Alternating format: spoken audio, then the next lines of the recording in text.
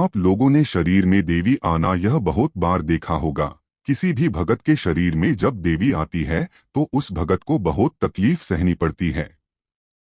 भगत के शरीर में सवारी आने से वहां पर दर्शन करने वाले भक्तों का हमेशा कल्याण ही होता है। प्राचीन गुप्त ज्ञान वीडियो में आपका स्वागत है। हमारे चैनल पर वशीकरण, मारण, आकर्षण और कई प्रकार की साधना आदि के बारे में जानकारी प्रदान की जाती है। मंत्र तंत्र की रहस्यमयी जानकारी के लिए हमारे चैनल को सब्सक्राइब करें और लाइक शेयर जरूर करें, जिससे हमारे वीडियो आपके पास जल्द से जल्द पहुंच सकें। कुछ जगह पर लोग शरीर में देवी आने का ढोंग भी रचते हैं और इस प्रकार से नाटक करते हैं कि सामान्य भक्त उनके बातों में फंस जाते हैं। जिस स्थान पर माता की सच्ची सवारी आती हो वहां पर किसी भी भक्त को दर्शन करने मात्र से ही परेशानी से छुटकारा मिल जाता है और मनोकामनाएं भी पूर्ण होती है। आज के समय में तो 90% पाखंड सवारी के नाम पर चल रहा है, जिसके वजह से आजकल हर कोई माता की आरती में या फिर भजन में घूमने लगता है और सवारी आने का नाटक करता है। आप सर्वप्रथम वस्तुस्थिति को समझिए। जैसे किसी भगत के शरीर में सवारी आना कोई आसान क्रिया नहीं है। इसके लिए भगत का आचरण और वाणी भी शुद्ध होना चाहिए। अगर कोई भगत सवारी आने के बाद गालियां देता हो तो सीधे उसके जोर से बाल खींचकर उसको घुमाओ, तो वो चिल्लाने लगेगा या फिर ज्यादा गालियां देने लगेगा। अब यहाँ आपको समझ जाना चाहिए कि यह पाखंड कर रहा है। जिन्हें सच्ची सवारी आती है उनके शरीर को तकलीफ दी जाए तो उस भगत के शरीर को सवारी के वक्त तकलीफ महसूस नहीं होती है, परंतु सवारी जाने के बाद बेचारे को बहुत तकलीफ होती है।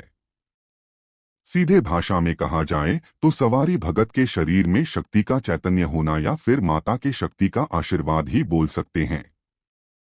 मैंने पिछले बार काल भैरव सवारी के बारे में बताया था और उस साधना के माध्यम से बहुत सारे साधक लाभान्वित हुए हैं।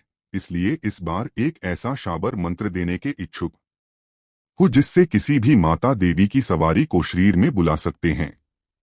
शाबर मंत्र अपने आप में सिद्ध और चैतन्य होते हैं, इसलिए इन मंत्र से हर प्रकार के कार्य संभव है। यहाँ पर पूर्ण विधि समझा रहा हूँ। इस साधना हेतु देवी शक्ति सवारी पत्थर और कृपा प्राप्ति यंत्र ताबीज रूप में आवश्यक है।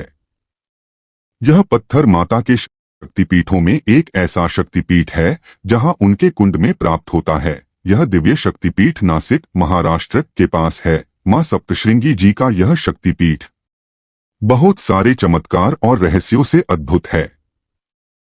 इस शक्तिपीठ के पास दादा गुरु मच्छिंद्रनाथ जी का तपस्या स्थल है। दादा गुरु मच्छिंद्रनाथ जी गुरु गोरखनाथ जी के गुरु हैं और सर्वप्रथम उन्होंने अपने गुरु दत्तात्रेय जी से दीक्षा प्राप्त करने के बाद इस शक्तिपीठ पर 108 कुंडों के जल से स्नान करके अपने जीवन में तपस्या आरंभ की थी और इसी स्थान पर उन्होंने सर्वप्रथम शाबर मंत्रों की रचना की थी।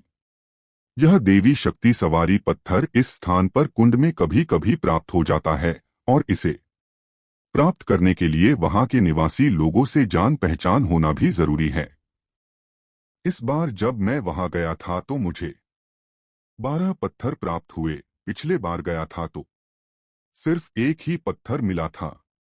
यह देवी शक्ति सवारी पत्थर बड़ी कठिनाई से प्राप्त होते हैं और इस पत्थर पर की जाने वाली शाबर मंत्र साधनाएं भी फलित होती है। साथ में सप्तश्रृंगी माता के कुमकुम से बना यंत्र जो कृपा प्राप्ति यंत्र है वह भी आवश्यक है, क्योंकि बिना मां भगवती के कृपा प्राप्ति के यह साधना तो असंभव ही है। यह 2 साधना सामग्री मुख्य है और बाकी सामग्री आप कहीं से भी प्राप्त कर सकते हैं, जैसे 4 मिट्टी के दीपक, 4 गुलाब के पुष्प, 50 ग्राम लाल कुमकुम, तिल का तेल, मिठाई। सभी प्रकार के प्रश्नों के जवाब हेतु आपका निशुल्क मार्गदर्शन किया जाएगा और आप सभी सवाल एक साथ ही पूछो, यही आपसे विनती है।